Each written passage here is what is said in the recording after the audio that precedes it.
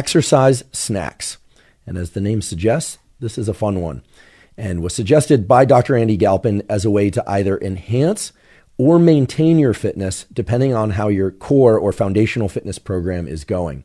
So when I say core, I don't mean your abs. I mean whether or not you're getting your regular cardio and your regular resistance training. If you were to add one or several of these exercise snacks per week, it can further improve things like VO2 max, muscular endurance, etc. I'll talk about the specific snacks that you will be doing in a moment. However, as Dr. Andy Galpin also pointed out, there are times in which we happen to not be following our foundational fitness program, either because work demands or family demands, or we're traveling. We're simply not keeping up with our basic routine. And under those conditions, exercise snacks are a terrific way to maintain the fitness that you've already built and developed. And you don't lose any ground in a week, say, where you get particularly busy. Now, exercise snacks can take on a variety of different forms, but for sake of simplicity and clarity, today we're going to divide them into two major categories. The first category are exercise snacks that are going to improve or maintain your cardiovascular fitness. So your ability to run or cycle or row some distance, say, 12 minutes or longer. Okay, but keep in mind, these exercise snacks are very, very brief. They don't require that you do them for 12 minutes or longer. What they're going to do is either maintain or enhance the type of endurance that allows you to continue in an activity for 12 minutes or longer. The second category of exercise snack relates to muscular endurance. Muscular endurance is a very important aspect of fitness. And even though some people are already training for muscular endurance, it's something that most people are not doing enough training for. Muscular endurance is your ability, say, to maintain a wall sit or to maintain a plank or to do the maximum number of push-ups that you can do in one session, the sort of, drop to the floor and give me as many push-ups as you possibly can type of thing, or as many sit-ups as you can type of thing. Muscular endurance translates to a number of other aspects of fitness, and it's something that we should all be working on. And again, many people just don't make space for it in their regular routine. So now we have these two categories of exercise snacks. One geared toward enhancing or maintaining your cardiovascular fitness as it translates to longer duration endurance activity, so 12 minutes or longer. And then the other category is purely muscular endurance, which is essentially some bout of exercise that's going to be fairly brief, anywhere from a minute to 2 minutes, but certainly less than 12 minutes. Okay, so let me give you an example of an exercise snack for enhancing your long duration endurance, 12 minutes or longer. And this is the sort of thing that if you are going to incorporate into your routine, and I highly recommend that you do, can essentially be done anytime with no warm-up. A good example of an exercise snack of this type would be to suddenly stand up from your desk and to do 100 jumping jacks.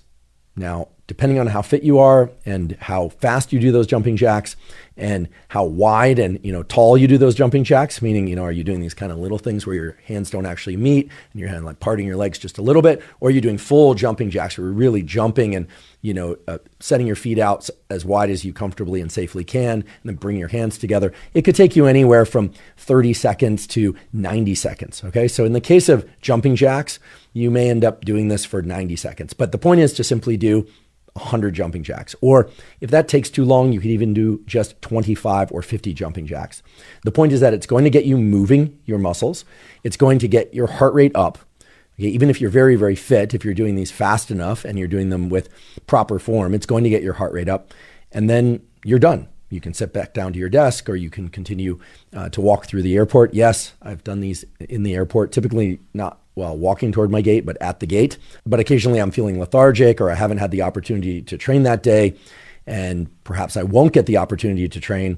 So I'll do something like 100 jumping jacks while facing the window, so it feels a little less awkward facing people while you're doing them.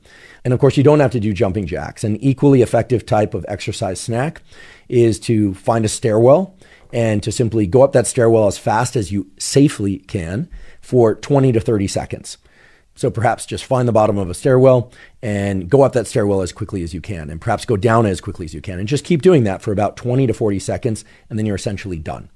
Okay? You could also opt to pick some distance away from your car in the parking lot, assuming you're not carrying any heavy bags or anything, and simply run to your car.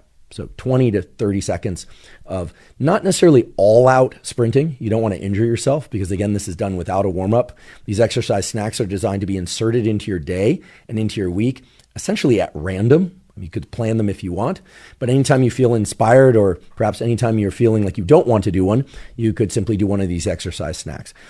And of course, doing jumping jacks, or running to your car, or taking the stairs very quickly up and down, or just up and then walking down, for instance, and doing a few jumping jacks. Things of that sort, of course, can take on a near infinite number of different variations. So if you don't like any of the variations that I just presented, you can easily come up with something else. Again, the purpose of these exercise snacks is to get your heart rate up. It's, of course, to do this while not getting injured, and it is entirely compatible with an existing exercise program. It in no way is going to impede your performance in strength or hypertrophy or other forms of long-form endurance or high-intensity interval training. Quite to the contrary.